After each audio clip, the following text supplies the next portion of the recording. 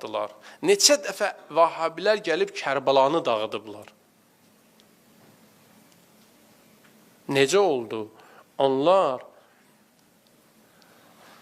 o dövrdə bizim böyük nəhəng alimlərimiz ola-ola Bəqi qəbristanlığını dağıda bildilər, Kərbəlanı dağıda bildilər. Amma 2011-ci ildən başlayan bu fitnədə bizim Əhl-i Beytin məzarlarına yaxınlaşa bilmədilər. Niyə onlar Kərbəlanı dağıda bilmədilər? Niyə Nəcəfə əl tapa bilmədilər? Niyə?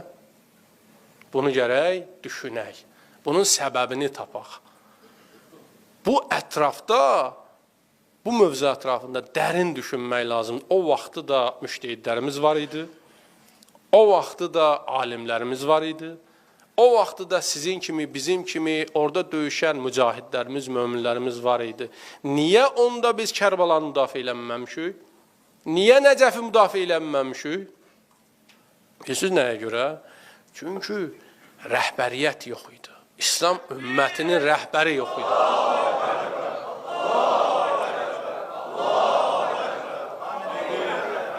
İslam ümmətinin rəhbəri yox idi.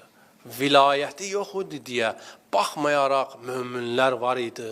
Əhl-i Beyti dərindən sevən, canından, qanından keçməyə hazır olan tərəfdarları var idi. Amma rəhbəriyyət olmadıqda,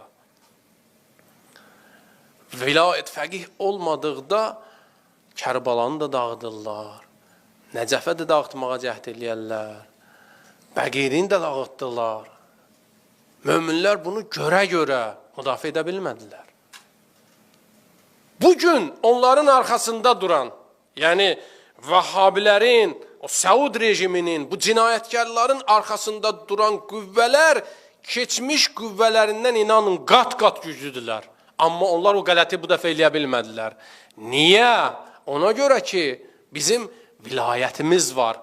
Allah Teala bizə rəhbərliyi verib. Bu böyük bir nemətdir. Ona görə də düşmən gecə-gündüz hərrənir, fırlanır ki, vilayəti hörmətdən salsın. Onların